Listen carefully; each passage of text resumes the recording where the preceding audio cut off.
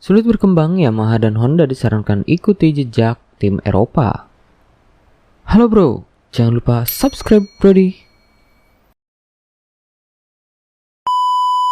Di video kali ini saya akan membahas bagaimana kesulitannya Yamaha dan Honda saat ini bersaing dengan pabrikan Eropa, khususnya Ducati. Langsung aja kita bahas di berita GP hari ini.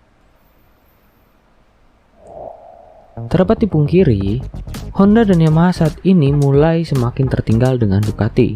Bahkan KTM dan Aprilia mulai memperlihatkan perkembangan yang signifikan, sehingga mampu bersaing memperebutkan kemenangan di setiap balapan MotoGP. Melihat hal tersebut, mantan kepala tim Yamaha di MotoGP, Davide Brivio, maaf ya kalau saya salah dalam penyebutan nama, ya maklum lidah terbiasa dengan ejaan Sunda bro. Oke lanjut. Davide Brivio menyarankan agar Yamaha dan Honda untuk tiru cara kerja tim-tim Eropa, sebab ia merasa tim Jepang terlalu lambat dalam memperbaiki masalah dan menemukan solusinya. Jepang yang terkenal gesit dibilang lambat bro, apalagi negara Konoha ya.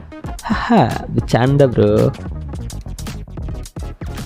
Brivio yang pernah mengantarkan Valentino Rossi berjaya di Yamaha dan Joan Mir juara MotoGP 2020, itu pun menilai bahwa tim pabrikan Jepang seperti Yamaha dan Honda masih bekerja dengan cara lama sampai sekarang. Mereka tak menyadari bahwa MotoGP sekarang sudah berbeda dengan 20 tahun yang lalu. Sehingga mereka tertinggal di belakang Ducati dengan Desmosedici-nya yang sangat cepat. Di sini saya bacakan komentar dari Brivio nih bro.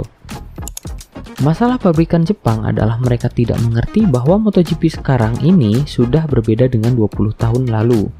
Kata Brivio dilansir dari Crash pada hari Jumat 13 Januari 2023 kemarin. Salah satu yang disorotnya adalah bagaimana tim pabrikan negeri Sakura seperti Honda dan Yamaha bekerja lambat dari segi perkembangan kuda besi mereka sendiri. Padahal tim pabrikan Eropa sudah mengubah pendekatan balapan dengan selalu mencari solusi dengan cepat. Menurut Brivio, Yamaha dan Honda harus bisa beradaptasi dengan hal tersebut. Selama Grand Prix adalah bisnis di antara mereka, di antara perusahaan Jepang, pengembangan motor dilakukan sesuai dengan aturan perusahaan Jepang. Jadwal yang panjang, pekerjaan yang diencerkan selama berbulan-bulan harus mengarah ke akhir musim kejuaraan tanpa goncangan. Jelas pria yang kini menjabat sebagai direktur balap tim Alpine F1 itu. Lagi-lagi saya minta maaf kalau ada salah dalam pengejaan nama tim atau nama orang ya bro. Nah lanjut. Itulah mengapa mereka selalu terlambat. Apakah Anda memerlukan kerangka? Butuh waktu 3 bulan. Apakah kami membutuhkan mesin yang berbeda? Kami membicarakannya untuk tahun berikutnya. Perusahaan Eropa lebih agresif dalam pendekatan mereka terhadap balapan. Jadi, mereka telah menetapkan cara balapan yang baru dan Yamaha dan Honda juga harus beradaptasi, tutup Brivio. Oke brodi-brodi semua, sekian berita yang bisa saya sampaikan. Semoga menjadi informasi yang bermanfaat. Salam satu aspal, ciao.